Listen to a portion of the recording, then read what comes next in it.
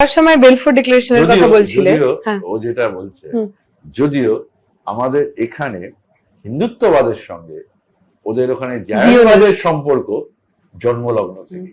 তার কারণ এখানে হিন্দু ধর্ম আর হিন্দুত্বের মধ্যে যে ফারাক, ওখানে ইহুদি ধর্ম আর জায়নবাদের মধ্যে সেই ফারাক।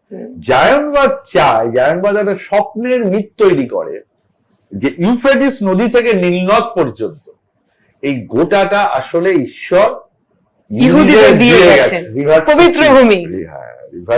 এবং এইটা ওদের পলিটিক্যাল এবং সোসাইটির ডিসকোর্সেও, রাজনীতির অন্দরমহল এবং সামাজিক আলোচনায়ও এটা ব্যাপকভাবে ডমিনেট করে।